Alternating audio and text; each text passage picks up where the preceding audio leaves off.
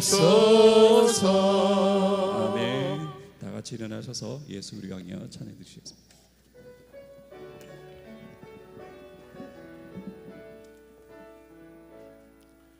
예수 우리 왕이여 이곳에 오셔서 보좌로 주여 임하사 찬양을 받아 주소서. 주님을 찬양하오니 주님을 경배하오니 왕이신 예수여 오셔서 좌정하사 다스리소서.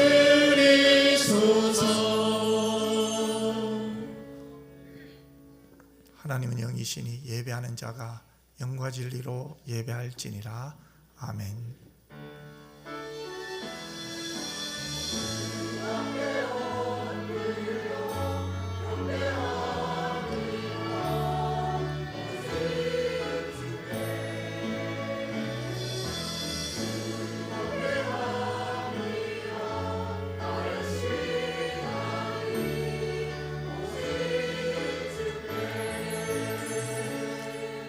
사랑 많으신 아버지 하나님, 오늘 우리를 눈동자처럼 지켜주시며 내 인생을 복되게 하시려고 금보다 귀한 믿음으로 만들어 가시려고 오늘 저희들이 부르시고 은혜 주시고 위로하시고 채워주실 하나님을 찬양합니다.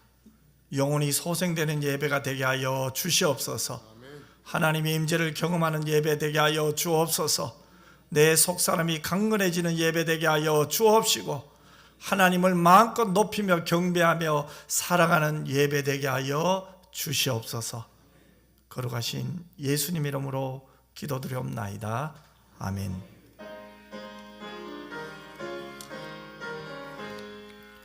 만복의 근원 하나님 온 백성 찬송 드리고 조천사여 찬송하세. 찬송 성부 성자 성령 아멘. 여호와께서 내 음성과 내 간구를 들으심으로 내가 그를 사랑하는도다. 그의 귀를 내게 기울이셨으므로 내가 평생에 기도하리로다. 사망의 줄이 나를 두르고 수월의 고통이 내게 이르므로 내가 환난과 슬픔을 만났을 때 내가 여호와의 이름으로 기도하기를 여호와여 주께 구하오니 내 영혼을 건지소서 하였도다.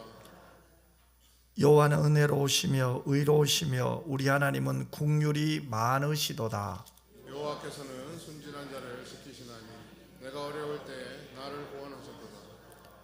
내 영혼아 내 평안함으로 돌아갈지어다. 여호와께서 너를 후대하심이로다.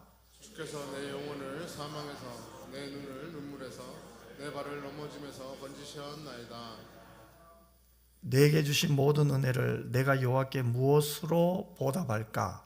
내가 구원의 잔을 들고 여호와의 이름을 부르며 여호와의 모든 백성 앞에서 나는 나의 서원을 여호와께 갚으리로다. 그의 경건한 자들의 죽음은 여호와께서 보시기에 귀중한 것이로다. 아멘. 전능하사 천지를 만드신 하나님 아버지를 내가 믿사오며 그 외아들 우리 주 예수 그리스도를 믿사오니 이는 성령으로 잉태하사 동정녀 마리아에게 나시고 본디오 빌라도에게 고난을 받으사 십자가에 못 박혀 죽으시고 장사한 지 사흘 만에 죽은 자 가운데서 다시 살아나시며 하늘에 오르사 전능하신 하나님 우편에 앉아 계시다가 저리로서 산 자와 죽은 자를 심판하러 오시리라. 성령을 믿사오며 거룩한 공회와 성도가 서로 교통하는 것과 죄를 사하여 주시는 것과 몸이 다시 사는 것과 영원히 사는 것을 믿사옵나이다. 아멘.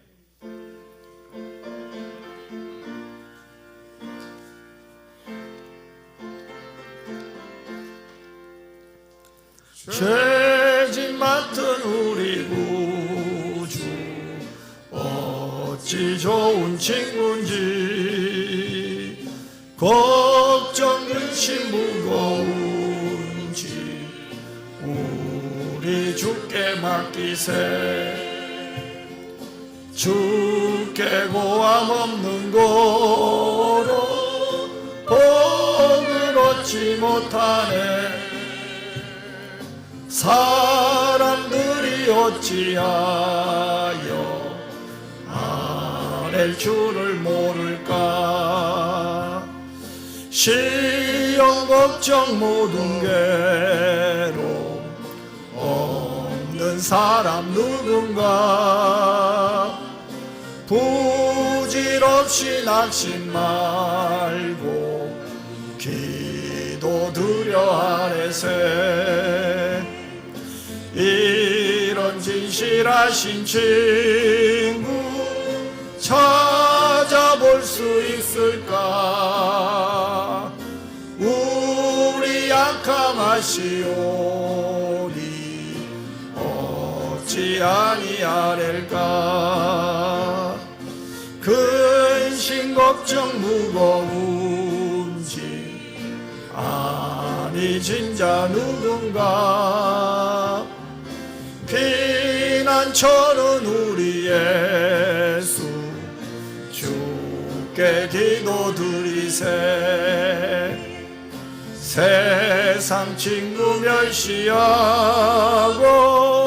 너를 조롱하여도 예수 품에 안기어서 삶의 위로 받겠네.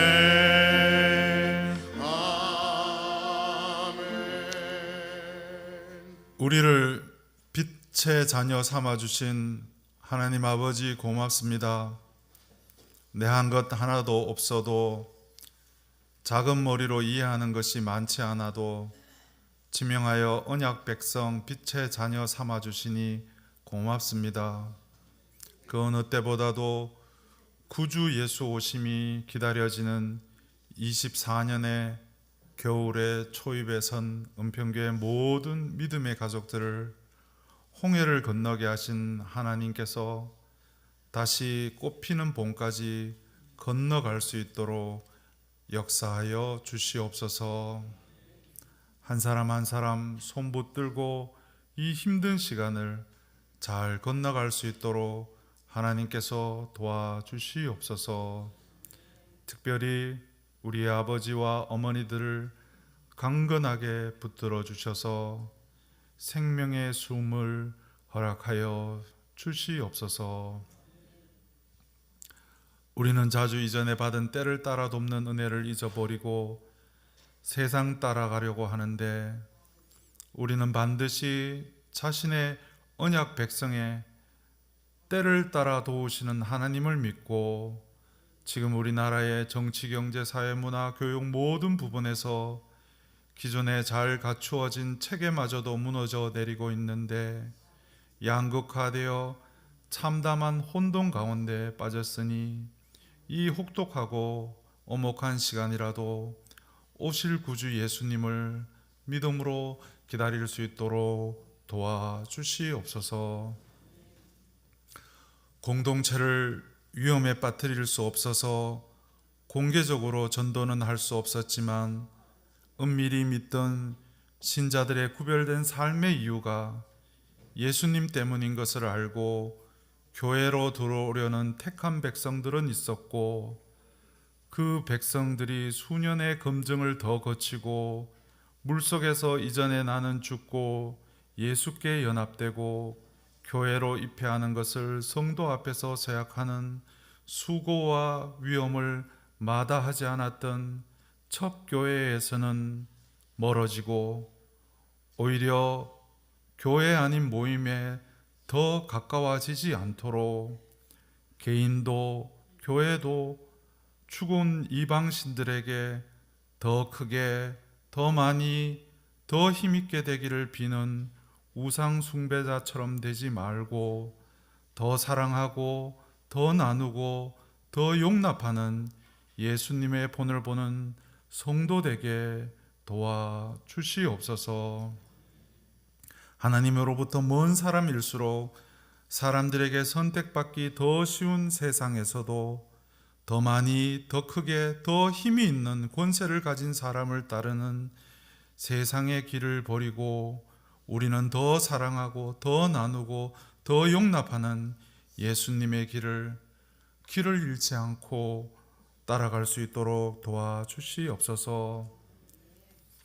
그래도 세상에서 세상처럼 살다 보니 온갖 더러운 것 묻었지만 남들은 내가 안 묻은 것 더 묻었으니 나보다 더 더럽다고 밀어내고 싶은 생각을 버리게 하시고 하나님 보시기에는 더함도 덜함도 없는 다 같은 죄인이기에 바울이 괴수라면 나는 더한 괴수라고 자복하며 나와 같은 지체를 용납하여 예수님께서 허물 많은 우리를 부르셔서 씻기시고 죄 없다 하시고 먹이신 것처럼 우리도 교우와 이웃에게 흠을 먼저 찾아 밀어내고 다름을 찾아 담을 쌓지 말게 하시고 예수님처럼 먹이고 나누고 사랑할 수 있도록 도와주시옵소서.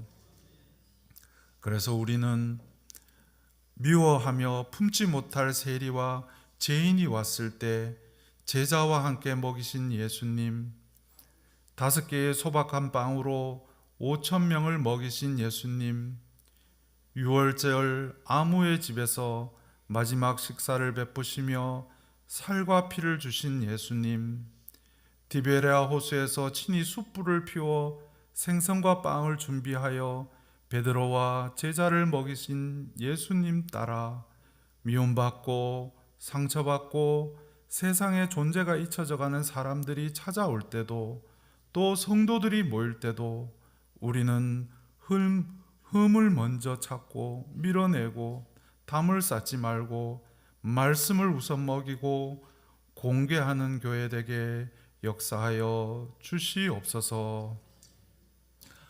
한계에 몰린 가운데 세금이 덜 걷어지게 되면서 복지의 여력이 더 줄어들면 내년은 더 힘들어질 것인데 스데반과 빌립과 같은 7 집사를 세워 돌보아야 할 지체들의 실제적인 필요를 채워준 것처럼 오늘의 교회도 우선은 먹이고 나눌 수 있도록 도와주시옵소서. 우리 교회는 가진 것 많은 대형 교회도 부자 교회도 아니고 돕기보다 도움을 받아야 하는 지체들이 더 많지만 작은 것이라도 교우를 위해 이웃을 위해 나누는 사랑의 섬김을 잘 할 수 있도록 도와주시옵소서. 이 일을 잘하기 위해서는 우리가 먼저 은혜 받고 말씀으로 주님을 알아가고 전인격적인 변화가 있어야겠는데 우리 안에는 이미 세상의 교육도 있고 자라면서 보고 들어 젖어 있는 유교와 불교와 같은 온갖 종교와 무속과 문화적인 영향이 있고 가장 크게는 내가 있고 그 밑에는 물질에 대한 갈망이 있어서 하나님께서 주신 말씀을 읽어야 하기 때문에 읽지만 그마저도 잘 읽히지 않고 읽어도 꿀처럼 단적은 드물고 또 우리는 전문 연구가가 아니어서 조직적이고 신학적인 접근을 할 수는 없지만 그래도 대부분은 문맹이었던 시대가 아니라 성경을 읽을 수 있고 성경을 읽는 것만으로 벌을 받는 시대와 나라에 태어나지 않게 해주셨사오니 꺼려지고 하기 싫을 때에도 살리는 말씀을 읽고 듣기 위해 예배의 자리에 나와서 하나님의 뜻을 우리의 심령이 잘 흡수하여 은혜의 말씀으로 그 말씀의 능력으로 변화되어 예수님과 함께 멍에를 메고 성령과 같이 살며 성령께서 추동하실 때에 반응하고 움직일 수 있도록 도와주시옵소서. 오늘도 살리는 말씀 들고 담임 목사님 세워주시니 고맙습니다. 우리는 이 말씀 하나님의 말씀으로 받아 잘 순종할 수 있도록 도와주시옵소서. 살리는 생명의 사역을 잘 감당할 수 있도록 성령께서 늘 담임 목사님과 같이 계셔 주시옵소서. 우리 힘으로는 할 수 없지만 은혜 받아 변화되어 사랑하고 나누고 용납하는 섬김으로 하나님의 때를 따라 돕는 도구로 사용되는 은평교회의 지체들을 개별적으로 만나주시고 한없는 하나님의 복으로 채워 주시옵소서. 곧 오실 우리 구주 예수 그리스도의 이름으로 간절히 기도드리옵나이다.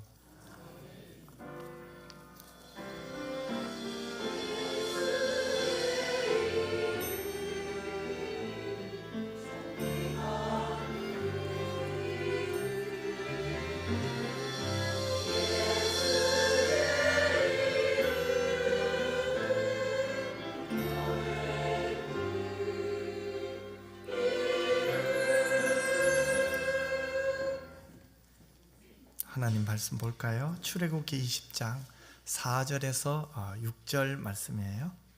출애굽기 20장 4절에서 6절입니다. 좋아요로 한 절씩 교독했으면 좋겠어요. 너를 위하여 새긴 우상을 만들지 말고 또 위로 하늘에 있는 것이나 아래로 땅에 있는 것이나 땅 아래 물속에 있는 것에 어떤 형상도 만들지 말며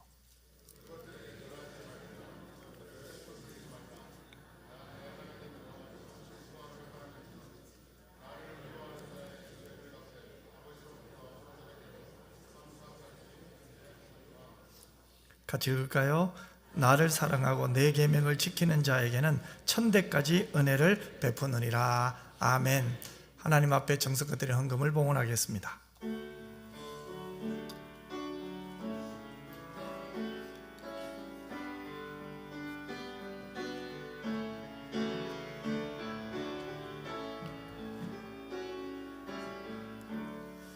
기도드리겠습니다. 사랑 많으신 아버지 하나님, 오늘 주일 주셔서 감사합니다. 주님이 우리의 죄를 위하여 십자가 지시고 부활하신 이날, 사망 권세를 이기시고 승리하신 나의 주 나의 하나님을 믿고 그 하나님과 영원히 천국에서 살 것을 확신하며 드리는 우리의 모든 예배 받아 주실 줄 믿습니다. 이 세상에 살면서도 하나님이 우리와 함께 하심을 믿기에 때로는 염려가 있고 걱정이 있지만 하나님 앞에 반응하며 믿음으로 기도하는 우리가 복 있는 자인 줄 믿습니다. 하나님의 말씀이 있기에 우리의 가슴이 그 말씀에 가까이 하고 영혼이 그 말씀으로 인하여 소생이 되고 회복됨이 우리에게 복인 줄 믿습니다. 세상살이 어렵고 힘든 일 많지만 그 어려움 속에서도 나를 가장 사랑하시는 하나님은 전능하시기에 능치 못할 일이 없는 분이시기에 그 하나님께 모든 걸 맡길 수 있는 것이 복인 줄 믿습니다. 우리 사랑하는 성도들 왜 힘들지 않겠습니까? 하나님 힘이 듭니다. 그러나 전능하신 하나님이 내 편이십니다. 그 하나님이 나를 사랑하고 계십니다. 오늘 또 그 하나님의 그 사랑 안에 거하는 우리 모두가 되게 하여 주시고 그 하나님께 피하는 우리가 되게 하여 주옵소서.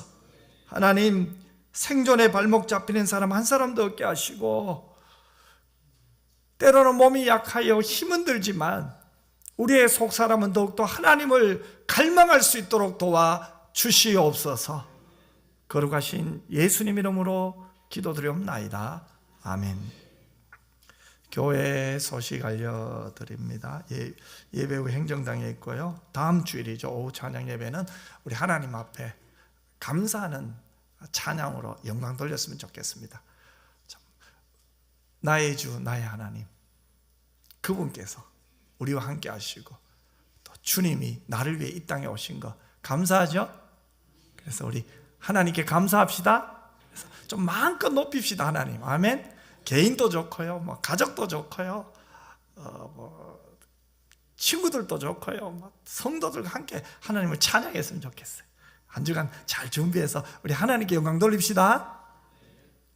이번 성탄절은 참 하나님께 감사하는 좀 그런 성탄절이 되었으면 좋겠다 싶어요. 교회 오람 오늘도 보니까 이게 사진 이렇게 찍으신 분도 계시던데 주소나 사진 전화번호 변경하실 분 해주시면 감사하겠습니다. 회계장부 오늘까지 당일 검열 받으시고요. 오늘 떡과일은 정경자 집사님께서 또 결혼에 감사하며 아들 결혼에 감사하며 기쁨으로 섬겨주셨네요. 자, 맛있게 드셨으면 좋겠어요. 우리 이달의 말씀 같이 한번 읽겠습니다. 이는 모든 것이 너희를 위함이니 많은 사람의 감사로 말미암아 은혜가 다하여 넘쳐서 하나님께 영광을 돌리게 하려 함이라. 고린도후서 4장 15절 말씀. 아멘. 우리 할렐루야 찬양에서 하나님께 찬양으로 영광 돌리겠습니다.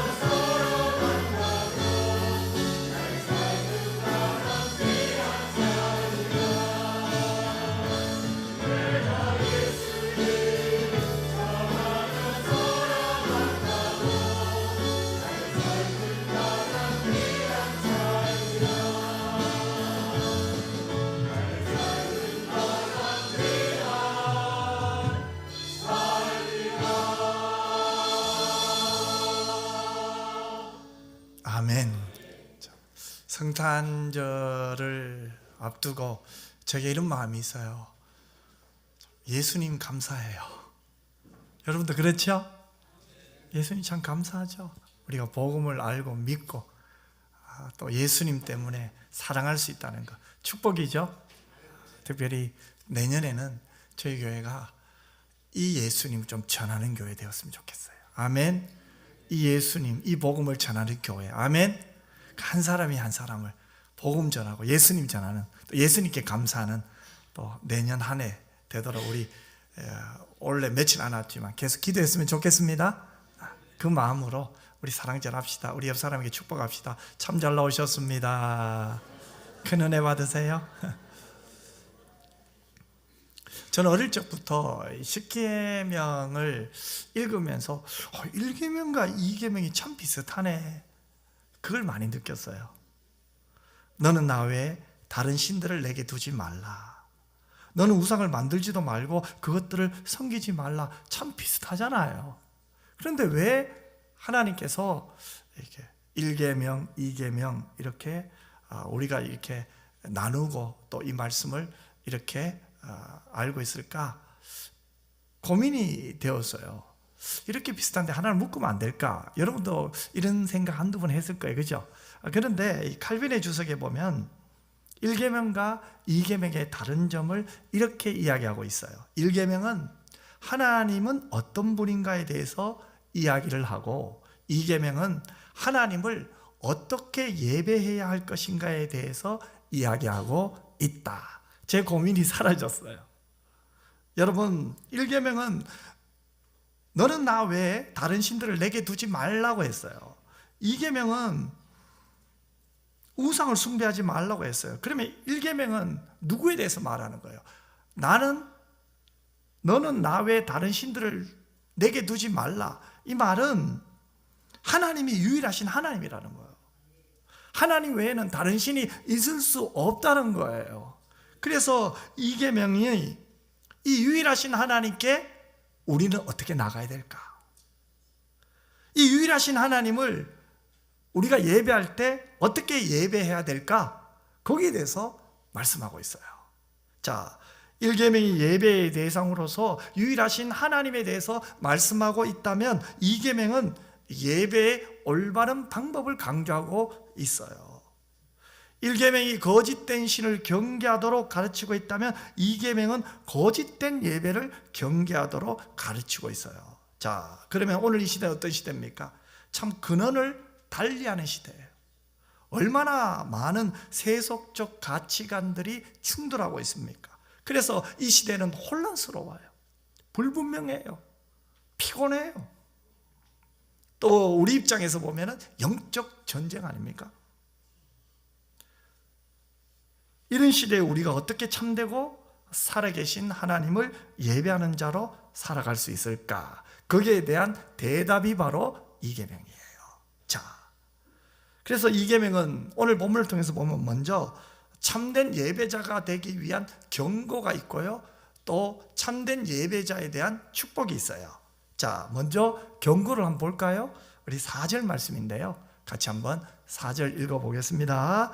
너를 위하여 새긴 우상을 만들지 말고 또 위로 하늘에 있는 것이나 아래로 땅에 있는 것이나 땅 아래 물속에 있는 것에 어떤 형상도 만들지 말며. 하나님께서 먼저 우리에게 너를 위하여 새긴 우상을 만들지 말라고 했어요.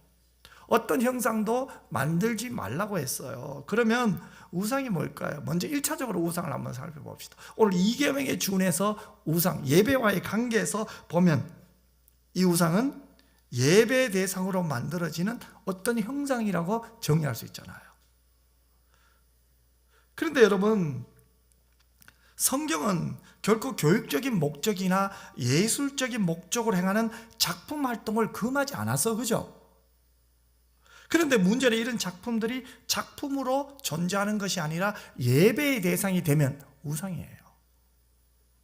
2계명은 그런 예배의 목적으로 우상 제작을 금한 거예요. 그런데 신약 성경에 보면 이런 우상이 우리 마음속에도 존재한다고 이야기하고 있죠. 골로새서 3장 5절에 보면 이 탐심도 우상이라고 말하고 있거든요.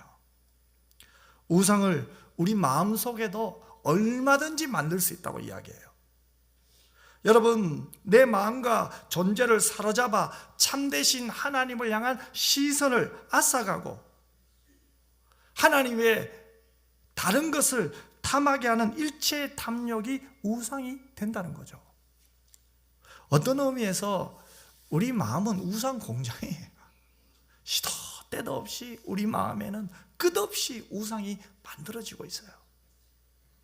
이 계명은 바로 이런 우상까지도 만들지 말라, 이렇게 말씀하고 있어요. 자, 그러면 바르지 못한 예배를 한번 생각해 봅시다. 무엇이 바르지 못한 예배일까요? 5절 같이 한번 읽어봅시다. 5절입니다. 그것들에게 절하지 말며 그것들을 섬기지 말라. 나 내 하나님 여호와는 질투하는 하나님인즉 나를 미워하는 자의 죄를 갚되 아버지로부터 아들에게로 3, 4대까지 이루게 하거니와. 자, 보세요. 여러분, 이 말씀은 하나님께서 얼마나 우상 숭배를 싫어하는가를 단적으로 말씀하고 있어요. 그래서 우리는 교회 안에 하나님을 형상하는 것을 거부하죠.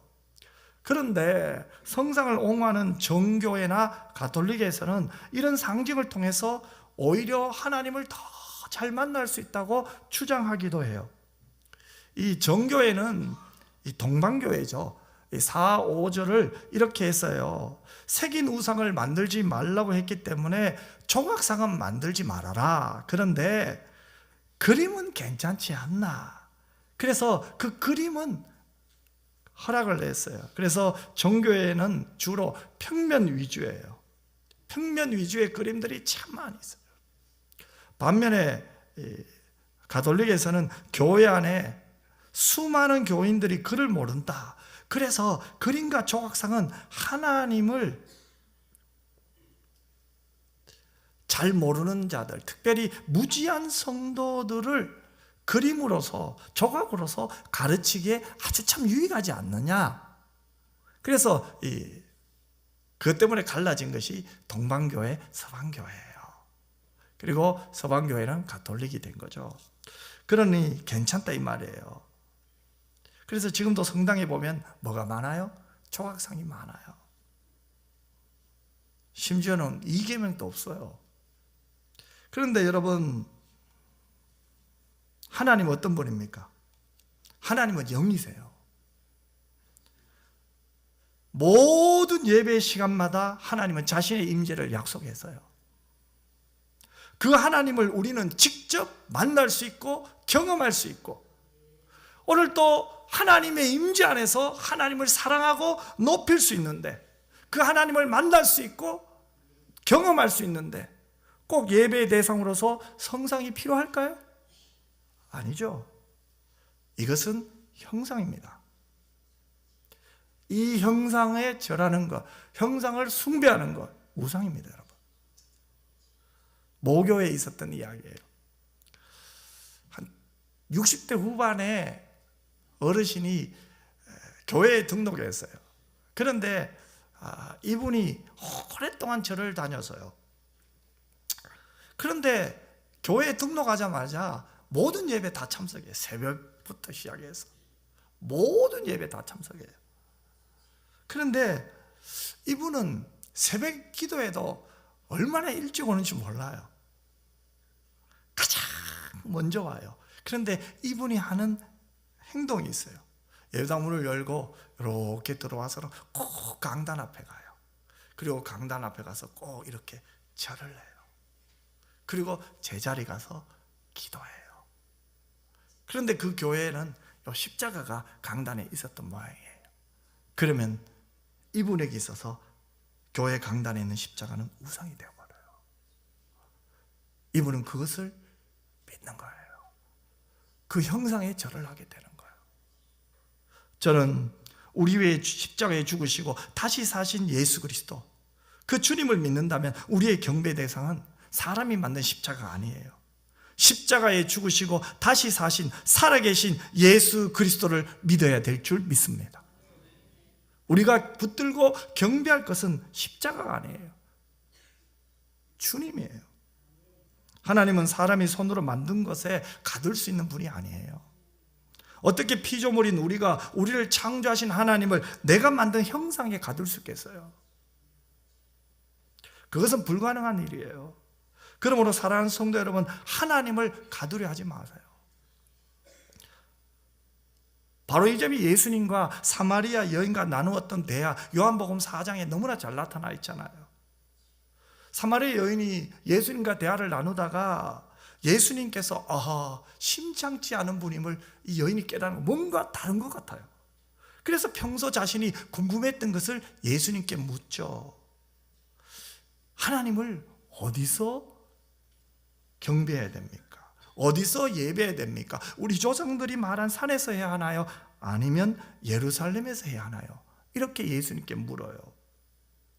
여러분, 이 사마리아 여인이 예수님께 던진 질문은 되게 믿음이 좋은 것처럼 들리지만 사실은 하나님을 지금 제안하고 있잖아요.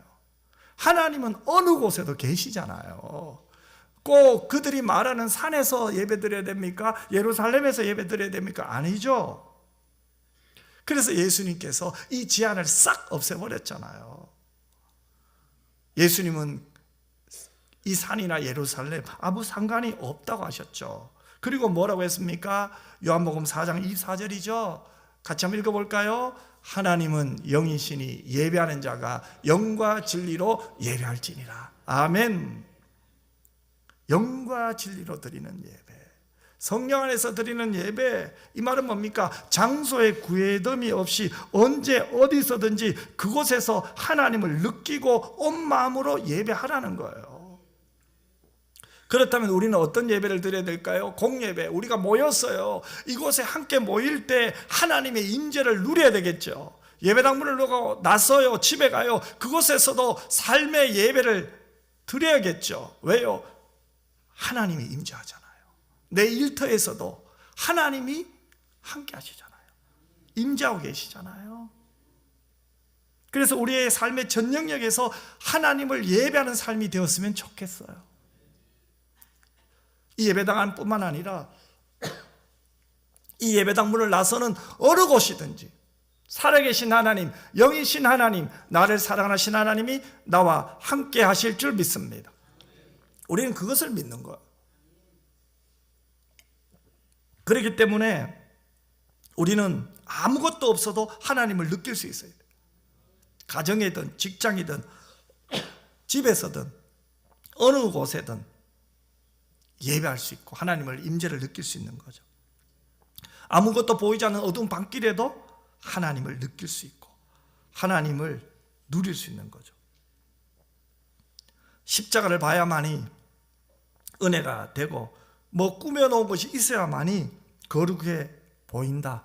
이건 잘못이죠.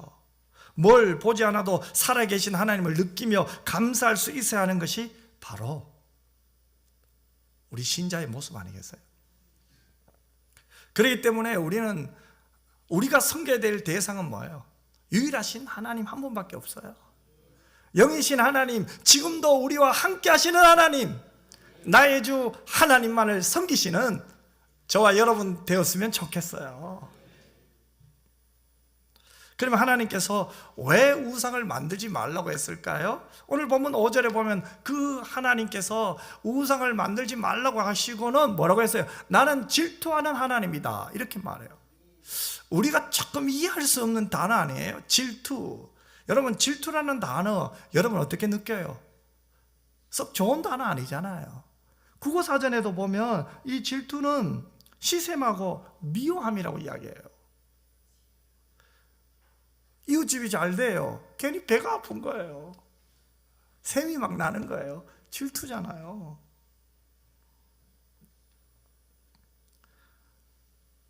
성도들이 전에는 나보다 훨씬 힘들게 살았는데 어느 순간 막 얼굴에 웃음이 피고 뭐 기쁨이 넘치고 감사 제목이 많아져요. 근데 나는 더 힘들어져요. 그런데 그 모습을 보니 감사해야 되는데 사실 감사가 잘 안 나와요. 자꾸 부러우면서도 샘이 나요. 그죠? 질투잖아요. 나도 그렇게 되었으면 하면서도 괜히 부러우면서도 더 질투가 나요.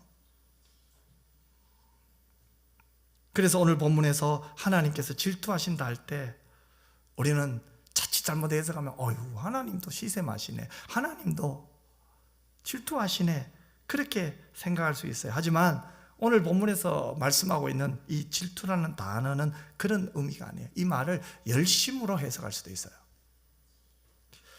성경 한 두 군데만 한번 찾아볼까요? 우리 먼저 이사야 9장 7절 우리 같이 한번 읽어보겠습니다. 그 정사와 평강의 더함이 무궁하며 또 다윗의 왕자와 그의 나라에 군림하여 그 나라를 굳게 세우고 지금 이후로 영원히 정의와 공의로 그것을 보존할 것이라. 만군의 여호와의 열심히 이를 이루시리라. 만군의 여호와의 열심히 이를 이룬다고 했죠. 무엇을 이룰까요? 바로 메시아 탄생에 대한 예언이거든요. 하나님께서 하나님의 열심으로 이스라엘 백성들에게 메시아를 보내주신다는 거예요. 그런데 그 일을 이루실 것에 대한 하나님의 표현이 뭐예요? 열심이에요, 열심. 또 이사야 37장 32절 말씀도 같이 한번 읽어보겠습니다. 이는 남은 자가 예루살렘에서 나오며 피하는 자가 시온산에서 나올 것임이라. 만군의 여호와의 열심히 이를 이루시리다. 아멘. 이것도 같은 거예요. 메시아가 탄생할 것을 예언한 말씀이에요. 이것 역시 동일해요. 하나님의 열심으로 이를 이룬대요. 그런데 여러분, 하나님께서 이스라엘 민족을 통해서 다윗의 후손으로 메시아를 보낸다고 했는데 그 당시 이스라엘 민족의 상태가 어때요? 이스라엘 백성들의 영적 상태가 어때요? 하나님을 섬긴다고 말하면서 우상을 섬기던 자들이에요. 이들은 하나님을 정말로 사랑하는 자들이 아니었어요. 틈만 나면 하나님 원망하고 눈에 보이는 이익을 쫓아가던 사람들이었어요. 그런데 하나님의 열심히 다윗의 후손을 통하여 이들에게 메시아를 보내주겠다고 약속하시고 그 열심으로 결국 이루어내신 거예요. 그게 성탄 아닙니까? 이스라엘 백성들이 그렇게 하나님께 반역했음에도 불구하고 하나님은 자신의 열심을 결코 꺾지 않으셨어요. 그래서 결국은 다윗의 가문에서 메시아가 탄생한 거죠. 그래서 오늘 본문의 말씀에 하나님은 자신을 나는 질투하는 하나님이야 이렇게 말하는 거예요. 그러면 이 말은 우리에게 어떻게 들립니까? 나는 너를 사랑하는 하나님이야. 나는 너를 사랑하기 때문에 나의 열심으로 결국은 너를 나의 자녀답게 꼭 만들고 말 거야. 즉 우리가 잘못할 때, 하나님이 기뻐하지 않는 길을 갈 때, 잠시 죄에 빠질 때도 하나님은 뭐예요? 하나님의 열심으로 기어코 우리를 제자리로 돌아오게 만들어 가실 거예요. 바로 잡아 주실 거예요. 우리가 다른 길로 가는 것을 결코 하나님은 가만히 두고 계시지 않아요. 이스라엘 백성들에게 메시아를 보내셨던 것처럼, 다윗의 후손에게 메시아를 보내셨던 것처럼, 그 열심처럼 어떤 일이 있어도 우리를 하나님의 자녀답게 만들어 가실 하나님을 감사하고 찬양하는 저와 여러분이 되었으면 좋겠어요. 그 하나님의 마음, 사랑의 하나님의 마음을 오늘 본문에서는 나는 질투하는 하나님이다. 너가 우상을 섬기면 안 돼. 그 길로 가면 안 돼. 나는 너를 바로 잡아야 돼. 너는 나의 자녀답게 살 수 있도록 내가 너를 도와야 돼. 그 하나님의 열심. 나는 질투하는 하나님이다. 이렇게 나오는 거예요. 결국은 사랑의 하나님이죠. 사랑하시는 하나님이에요. 하나님이 왜 질투하겠습니까? 잘못되었기 때문에. 잘못된 것을 바로 찾기 위해서잖아요. 사랑하는 성도 여러분, 저와 여러분이 이 하나님의 사랑을 받는 자임을 믿었으면 좋겠어요. 그냥 사랑받는 존재가 아니에요. 하나님의 열심 있는 사랑을 받고 있는 사람이에요. 이 사랑을 받는 존재이기 때문에 우리는 우상을 섬길 수 없겠죠. 이 사랑을 내게 부어주신 하나님을 두고 어떻게 다른 것을 따를 수 있겠어요? 어떻게 다른 것을 따라갈 수 있겠어요? 말도 못하는 형상, 어떻게 거기에 절할 수 있겠어요?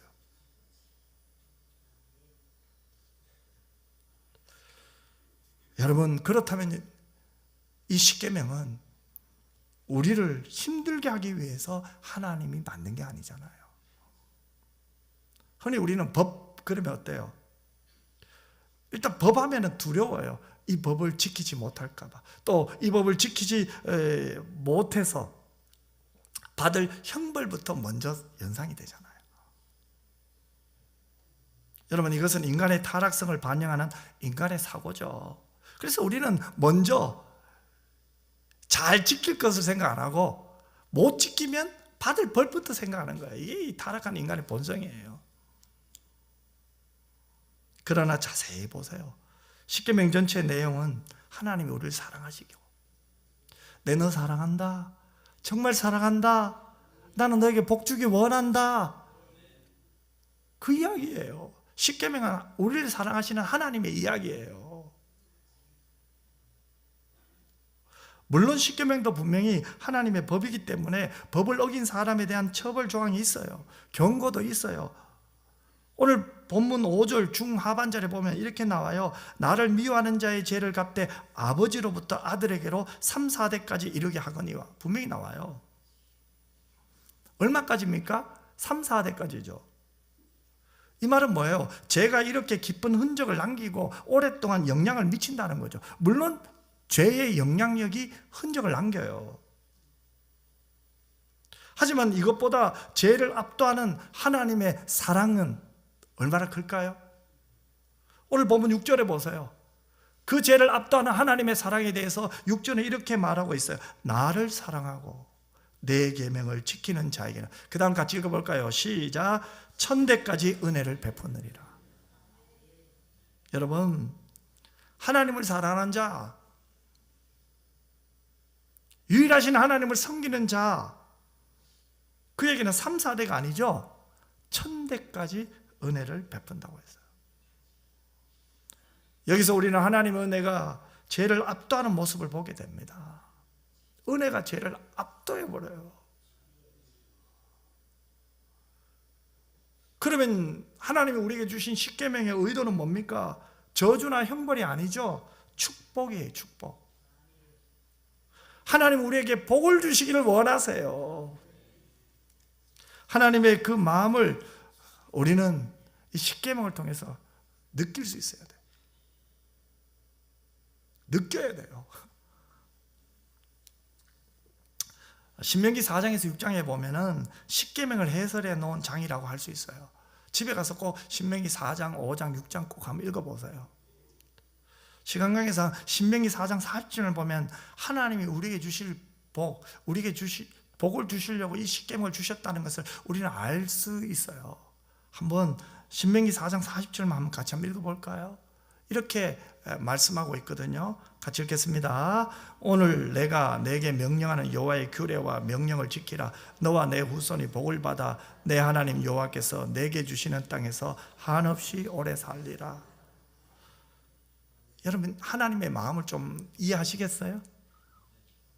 하나님이 우리에게 바라고 원하시는 게 뭐예요? 우리가 하나님의 말씀을 지키면, 계명을 지키면, 규례를 지키면 우리뿐만 아니라 누가요? 우리 자손들이 하나님께 복을 받아 하나님께서 주시는 땅에서 아름답게 한없이 오래 살기를 바라는 하나님의 마음이잖아요. 이 하나님의 마음을 제한하지 마세요. 체면 때문에 아이고 이만해도 감사한데 뭘 또 하나님 그것까지 주시려고, 내만 잘 살아도 되는데 뭘 또 다음 때까지, 그러지 마세요. 사모하세요. 우린 자꾸 체면 때문에 하나님의 은혜와 사랑을 제한하려고 해요. 그러면서 마치 믿음 있는 것처럼 느껴요. 아니에요, 여러분. 하나님은요, 자녀인 우리에게 풍성한 은혜와 복을 주고 싶어 해요. 우리는 복 있는 사람이에요. 하나님의 자녀가 된 것 자체가 복 있는 사람이고, 하나님을 아버지라 부르는 것이 복이고, 하나님과의 붙어 있어서 하나님과의 관계 속에서 살아가는 우리 모두가 복 있는 자인 줄 믿습니다. 그래서 우리는 축복의 통로가 되어야 돼요. 우리가 나눠줘야 될 복이 뭡니까? 하나님이 내게 주신 은혜를 나눠줘야 돼요. 사랑을 나눠주는 거예요. 그것이 복음 전도예요. 그것이 또 섬김이에요. 그것이 나눔이에요. 그래서 전도할 때 항상 같이 나가는 것이 뭐예요? 사랑과 섬김이 같이 가야 돼요. 우리가 내년에는 한 사람이 한 사람을 전도했으면 좋겠어요. 한 1년 동안에 한 생명을 잉태해 봅시다. 1년 동안 한 명을 한번 잉태해 보자고요. 그 해산의 수고까지 애써 봅시다. 그 하나님의 사랑, 하나님의 열심으로 우리도 한번 해봅시다. 복음을 믿고 복음을 전하는 자 그냥 할 수 없잖아요. 기도로, 사랑으로 섬겨야 될 거 아니에요. 품어야 될 거 아니에요. 만나야 될 거 아니에요. 식사도 해야 되고 교제도 해야 되고. 그런 가운데 교회 초청해 보십시다. 우리는 택한 자가 누군지 몰라요. 하지만 하나님을 사랑하는 자, 하나님의 은혜를 받은 자, 그 받은 복을 아는 자는 나누고 싶어요. 이 복음의 비밀을 나 혼자만은 나 혼자 것으로 끝나지 않아요. 인생을 보세요. 제가 전에도 얘기했잖아요. 대형 박물관 가면은 사람이 일평생 필요한 것들이 있어요. 너무 안타까워요. 기저귀부터 마지막 틀니, 아스피린, 온갖 약들, 돋보기. 한마디로 말하면 뭐예요? 인생은 이렇다는 거예요.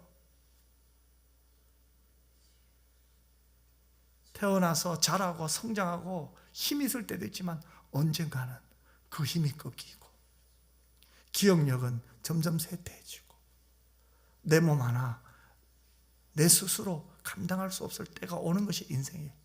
그런데 그것으로 끝인가요? 아니죠. 천국이 있잖아요. 아멘. 영생이 있잖아요. 우리는 거기서 영원히 살잖아요. 죽어도 살겠고 더 나아가서 하나님과 영원히 죄가 없고 눈물이 없고 슬픔이 없고 고민이 없고 염려가 없고 그 영광의 하나님과 더불어 찬송하며 살 그날이 우리 앞에 기다리고 있잖아요. 이 은혜, 이 사랑 나만 받아야 돼요? 나만 그렇게 살아야 돼요? 아니죠. 이 사랑을 전하는 것. 아멘. 이 사랑을 나누는 것. 교회의 목적은 단 하나예요. 복음을 전하는 거예요. 그래서 하나님은 하나님을 사랑하고 계명을 지키는 자에게 천대까지 은혜를 베푼다고 하세요. 즉 하나님을 잘 섬기면요 그 영향이 계속해서 자녀들에게도 좋은 영향을 미친다. 여러분 자녀들이 잘 되기를 원하시죠? 저도 그래요. 그런데요 자녀들 보면 어때요? 조금은 안타까울 때도 있죠. 그죠? 좀 속상할 때도 있어. 그죠? 저도 그래요. 근데요 가만히 저를 봐서요 결국은 제 문제였어요. 제가 좋은 모습을 보여주면 되는데 제가 신앙생활 잘하는 모습을 보여주는 것이 더 중요한 것 같아요. 즉 자녀에 대한 걱정이 많은 만큼 제가 먼저 하나님과의 관계에서 바로 살면 될 것 같아요. 오늘 본문을 보니까 그렇게 말씀하시네. 네가 문제다. 너만 바로 서면 돼. 그러면 네 자식 걱정할 거 없어. 할렐루야. 여러분 우리가 자녀들에게 해줄 수 있는 가장 큰 게 뭐예요? 예수 잘 믿는 모습 보여주는 거예요. 신앙생활 잘하는 거 보여주는 거예요. 하나님 사랑하는 거 보여주는 거예요. 그러면 다 돼요. 돌아와요. 아멘. 하나님의 열심이 있잖아요. 한 얘기만 하고 마칠게요. 어느 통계학자가 미국에서 신앙생활 잘하는 조나단 에드워드 가문과 당대 유명한 술주병이 가문을 200년 동안 비교한 것이, 이것은 뭐 KBS 방송국에 나오고 참 많이 들었던 이야기일 거예요. 그런데 여러분, 신앙생활을 잘한 에드워드의 가문을 200년 동안 연구해 보니까요, 부통령 이 두 사람이 나왔어요. 목사 선교사는 70명이에요. 상하원이 30명이에요. 그뿐만 아니에요. 각계의 저명한 학자나 의사나 교수 등 뛰어난 인물을 무수히 배출해서 사회에 큰 기여도를 냈대요. KBS 방송국에서는 이렇게까지 해요. 오늘의 미국을 미국되게 한 가문이라고까지 이야기하더라고요. 하지만 반대로 얘기해 볼까요? 술주정뱅이의 후손에는 깡패와 매춘부와 마약 중독자, 살인자, 도둑 등이 90% 이상을 차지한다. 여러분, 무엇을 이야기하고 있습니까? 오늘 본문의 말씀이 얼마나 정확하게 실현되었는가를 이야기해 주고 있잖아요. 그러므로 사랑하는 여러분, 우리가 지금 기도해야 될 것은 먼저 하나님과 나의 관계 속에서 자녀인 내가 아버지인 하나님 앞에 바르게 살아야 돼요. 하나님을 기억해야 돼요. 하나님 앞에서 살아야 돼요. 행여나 지난 인생, 과거에죠, 잘못된 것들이 있다고 해도 오늘 하나님 앞에 회개하면, 오늘 하나님 앞에 기도하시고요, 하나님의 열심히 내가 잘못된 길로 갈 때 하나님을 기억고 바로잡고 싶어서 이 말씀을 내게 주셨는데, 내가 바르게 되기를 원하는 하나님의 마음이 있는데 내가 그 하나님 마음 잘 모르고 내가 다른 것에 빠져서 내 마음대로 살다가 나도 모르게 우상을 숭배했는지 용서하시고, 내가 자녀를 잘 되기를 바라는 그 마음으로 내가 먼저 내 아버지 하나님과 관계가 바로 되게 하여 주옵소서. 기도하는 저와 여러분 되었으면 좋겠습니다. 기도하겠습니다. 사랑 많으신 아버지 하나님, 오늘은 이계명에 대해서 말씀을 들었습니다. 하나님은 사랑이시고, 사랑의 하나님은 우리가 잘못된 길로 가는 것을 가만히 두고 보실 수가 없어서 너가 돌아와야 된다, 제자리로 와야 된다, 그래서 오늘 말씀을 주신 줄 믿습니다. 우리가 하나님과의 관계가 바로 되고 하나님의 말씀에 순종하고 또 하나님 뜻대로 사는 것이 우리가 지금 할 일인 줄 믿습니다. 그렇게 살다 보니 하나님 주신 은혜는 점점 커지고 죄는 작아지고 하나님을 기뻐하며 영광 돌리며 살게 하여 주옵소서. 거룩하신 예수님 이름으로 기도드리옵나이다. 아멘.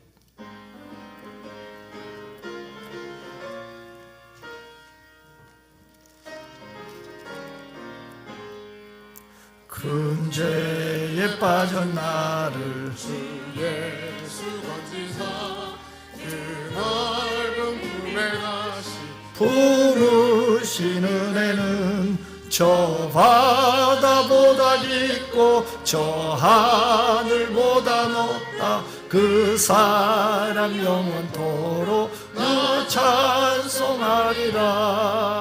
날로도 귀하다, 날로도 귀하다. 한이 없이 넓은 우리 주의 사랑, 날로도 귀하다.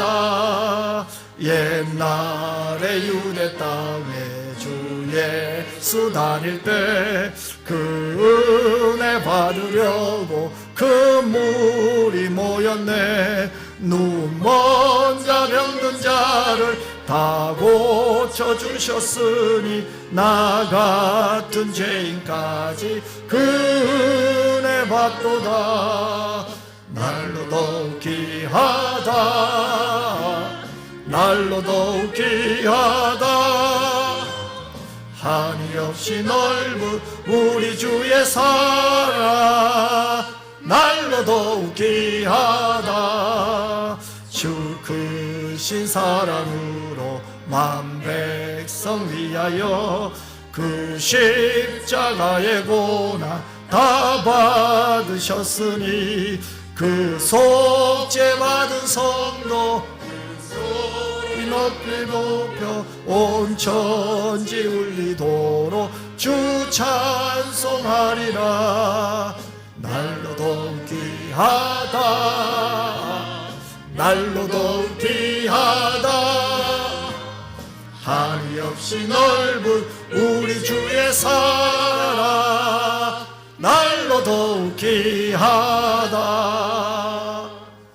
이제는 우리 주 예수 그리스도의 은혜와 아버지 하나님의 크고 놀라신 사랑과 성령의 위로 교통 충만 함께 하심이, 하나님 우리를 이렇게까지 사랑하시네요.